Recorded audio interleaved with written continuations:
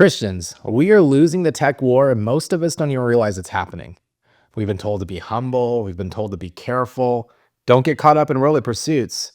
And that sounds right until you realize what it's actually costing us. Here's what nobody in the church is saying. We were the original tech disruptors. Christians literally launched the Reformation through the printing press. We built hospitals, we built universities, but somewhere along the way, we retreated from all of it. But we told ourselves it was humility. It wasn't humility, it was fear. Today, I'm breaking down 5 reasons Christians are falling behind in tech and what faithfulness actually looks like in this moment. I'm Jared East. I build products that are used by millions of people. Now I run an AI tech startup that helps churches, all by the grace of God and a lot of late nights. Let's get into it. So most people don't think of Christians as tech pioneers, but we literally were. When Gutenberg built the printing press, it wasn't secular scholars who seized the moment. It was us, the church. The Bible became the first mass-produced book in history. That single technology restructured power, spread literacy, and launched the Reformation. And that wasn't just Christian initiative. That was actually God's sovereignty moving through his people at the right time. Christians didn't just adopt the printing press. They were positioned by God to reshape civilization through it. That's who we are. Or at least that's who we were. Fast forward to today. You walk into most churches and you'll find software from 2010. Giving platforms that feel like you're filing your taxes, websites that look like a kid made them and they haven't been maintained, communication tools that can't compete with a group chat. And here's why this just isn't an aesthetics problem. Hebrews 10 tells us clearly to stir each other up for love and good works and not to forsake meeting together. So meeting together matters. But in 2026, your congregation doesn't just gather on Sunday morning. They're on their phones 7 hours a day. So the kingdom lives in a building on Sunday, but barely exists in the device that's in their hand the other 6 days. The early church didn't have our tools either. But what they did is they stewarded what they had. They had homes, meals, letters, whatever space they can meet in and they could fill. That's Acts 2. If we actually love our people, we steward every space that we have access to. That's not worldliness. That's faithfulness. And there is a spiritual reality behind this. Here's what Paul says in Ephesians 6. We do not wrestle against flesh and blood, but against the rulers, against the authorities, and against the cosmic powers over the present darkness.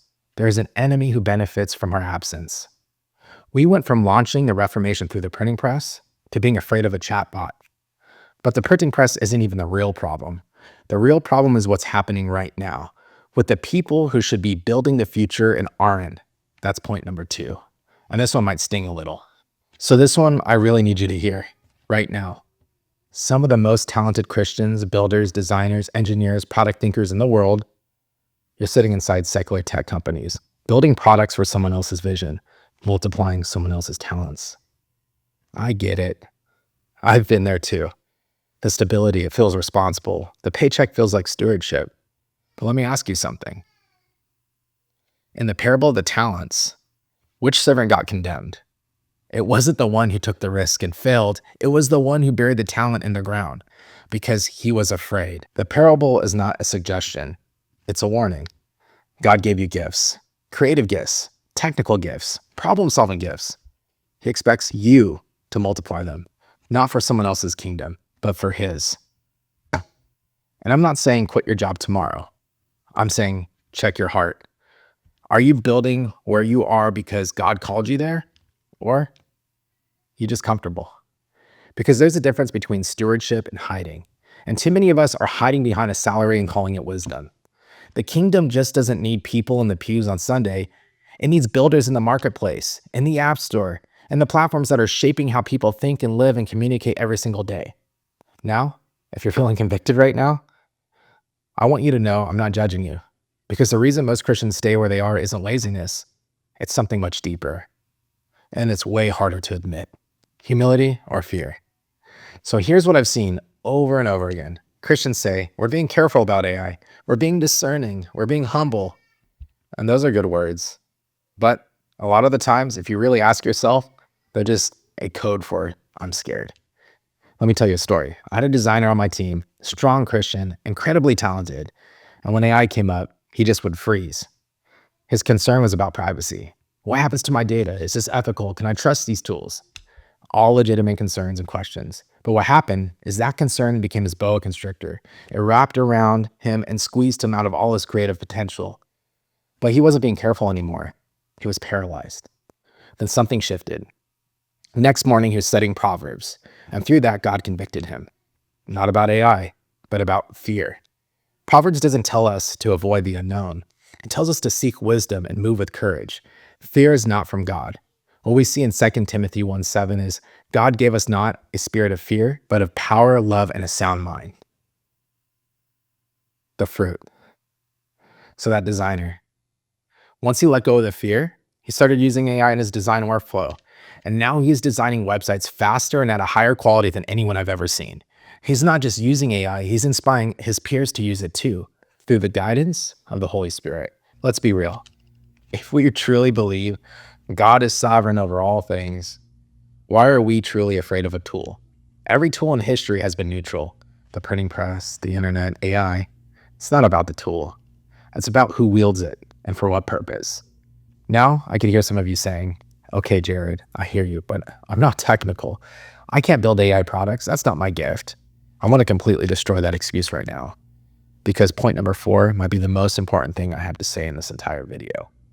The number one excuse I hear from Christians who want to build but don't is, I'm not a tech person. Let me tell you something. I built an AI agent in a weekend. Actually, one day of that weekend. His name is Otto. He's basically the COO of my life. He holds me accountable to my goals, manages my schedule, checks in on my priorities. He also messaged my prayer group on WhatsApp 47 times one day, but we're still working on some of the kinks. But here's the point. I didn't write thousands of lines of code to build Otto. The tools that exist right now in 2026 make building with AI accessible to anybody. AI writes the code. No-code platforms let you ship products without touching a terminal. The barrier to entry has never been lower in the history of technology. And here's why this should hit different for every Christian. We were built for this. Christians are inherently creative. We are made in the image of a creator God. Genesis 1, he who spoke the world into existence, and he who put creative impulse in us. We build churches, we write music, we design experiences every single Sunday that move people to tears. We are artists. That creativity isn't ours to hoard.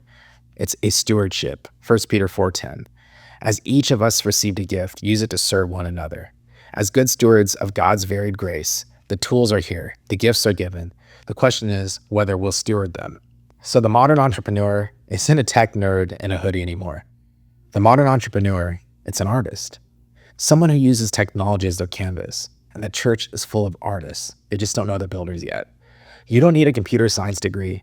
You don't need to know how to code. Heck, I don't even have a degree at all, or I don't even know how to code.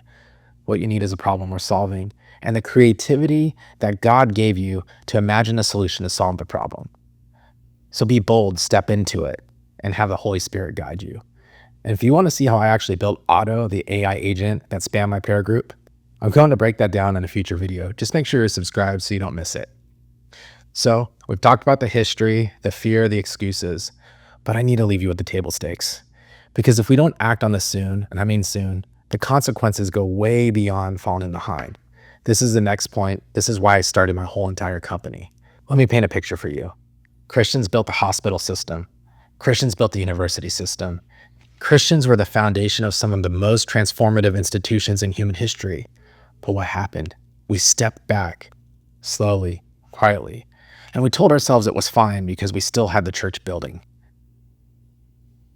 Now AI is coming, and AI is not just another tool.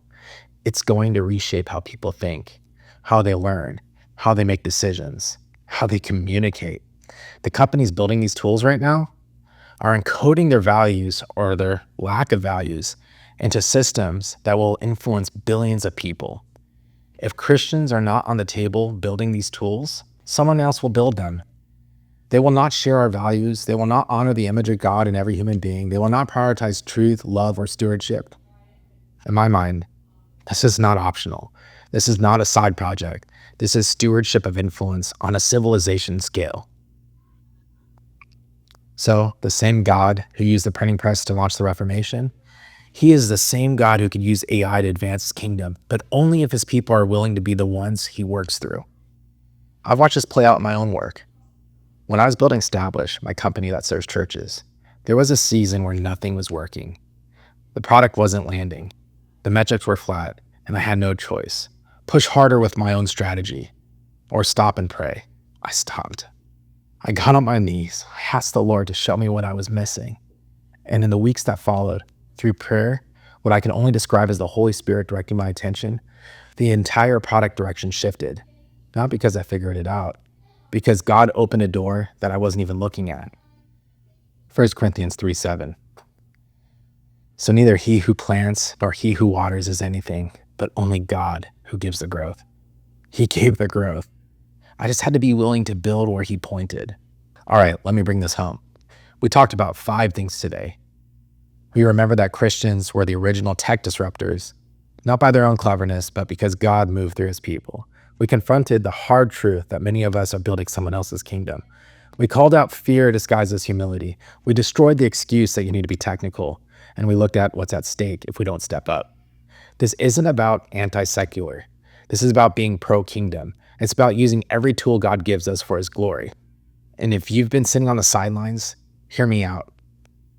There's still time. God's purposes are not thwarted. He's still calling builders. The question is whether you'll answer or not. I'm Jared East. I'm building tech for the kingdom, and I want to help you do the same. If this resonated with you, subscribe.